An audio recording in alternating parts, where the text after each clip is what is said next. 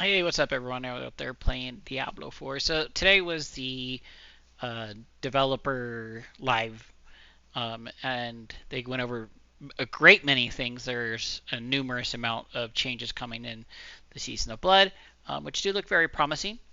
Um, I kind of highlighted a few things that I thought were the most unique, or the ones that particularly caught my eye. There's going to be a few uniques coming.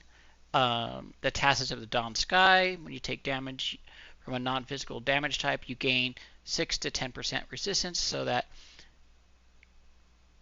that damage type for 6 seconds.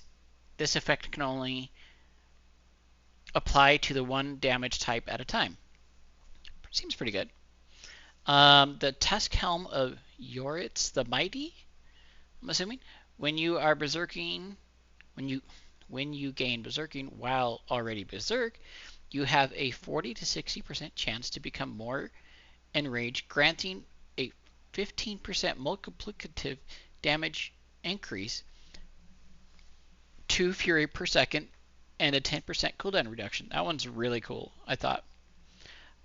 This one, Druid's my favorite, so I picked Dolem Stone, which I think is really good. Um, Casting Boulder while Hurricane is active will cause your boulders to rotate around you, and you can cast multiple boulders, so you have like a bunch of spinning around you, at least according to their demo video. I thought that was pretty cool. Scoundrel's Leathers.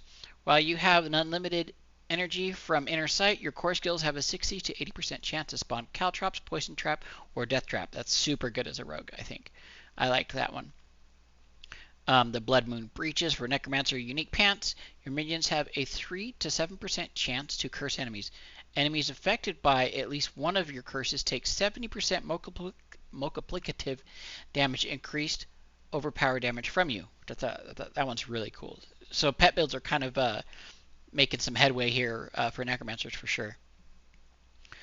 Blue Rose, Lucky Hit. Damaging an enemy has a 30% chance of forming an exploding ice spike, dealing 0.25 to 0.35 cold damage. Triple this chance if the enemy is frozen. That's going to be really good for Sorks. Um, so that's on the uniques there. I'm going to go here. They've added some more aspects that can be found for your amulets, gloves, and rings. The first one was the aspect of elements. Gain 20 to 30% increased damage to the set of damage types for 7 seconds. This effect alternates between two sets: fire, lightning, and physical, cold, poison, and shadow. I think that's really good for especially, I think, Sorks.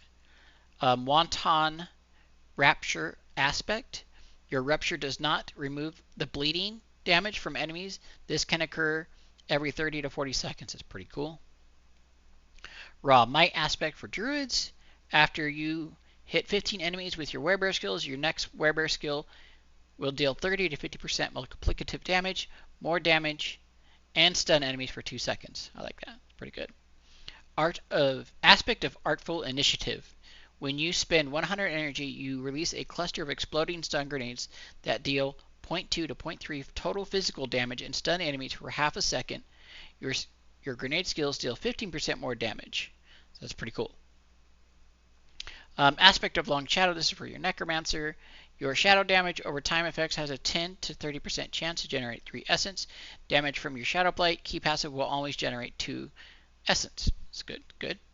Battlecaster's aspect. When your conjuration skills hit, you have up to a 30 to 40% chance to gain 1 rank of conjuration skills for 12 seconds.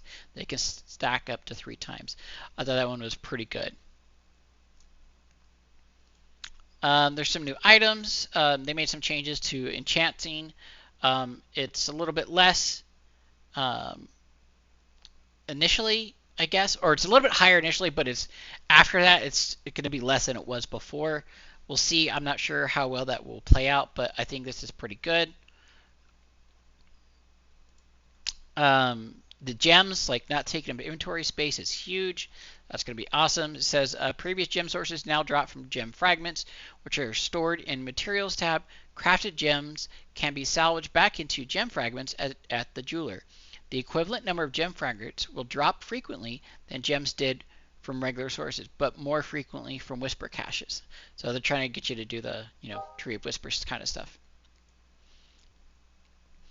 World bosses. I thought this was huge because I felt like I was waiting forever to kill a world boss, especially when you're leveling, you're trying to get some good gear.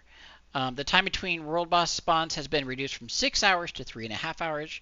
World boss health and damage has been increased. That's fine. They're kind of a joke, anyways. The quality of rewards received from defeating the world boss has been significantly increased. That's good. The warning that indicates when a world boss spawn now broadcasts an hour in advance versus 30 minutes. I felt like the 30 minutes was a fine, but this is still pretty nice. Players are also not notified 15 minutes before the world spawn. So you'll get basically 2 notifications, one in an hour and one at 15 minutes. Pretty good. World bosses now become immune 2 seconds after beginning their escape. So I guess it's to prevent you from kind of like one-shotting them or getting that last hit in. Gives them a chance to actually escape. But whatever, I guess. Mounts, they did a lot of fixing to mounts, like the collision detection, the spur speed. I wish they'd just done a flat movement speed. I don't particularly care for the spurring of the mounts, but it's still pretty good. And then if you're dismounted, they reduce the cooldown on that from... so if you get it off it because you want to, it's from 10 seconds to 5 seconds. After being forced off your mount, it is from 30 to 15. I did hate that when you get knocked down. The cooldown has been reduced from you use a combat jump off from 10 to 3 seconds. I thought that was pretty good. The one thing I think is also pretty nice is that if you hit spur, it allows you to burst through barricades, which is pretty nice. So let me know what you guys think. I'm planning on playing Season 2. I'll probably play Druid again. I'm very curious. I kind of want to toy around with that Hurricane Boulder build and see how that really measures up in the late game. But thank you so much for hanging out with me for a few minutes. I appreciate you guys, and I will see you in the season live on the 17th. Peace, guys.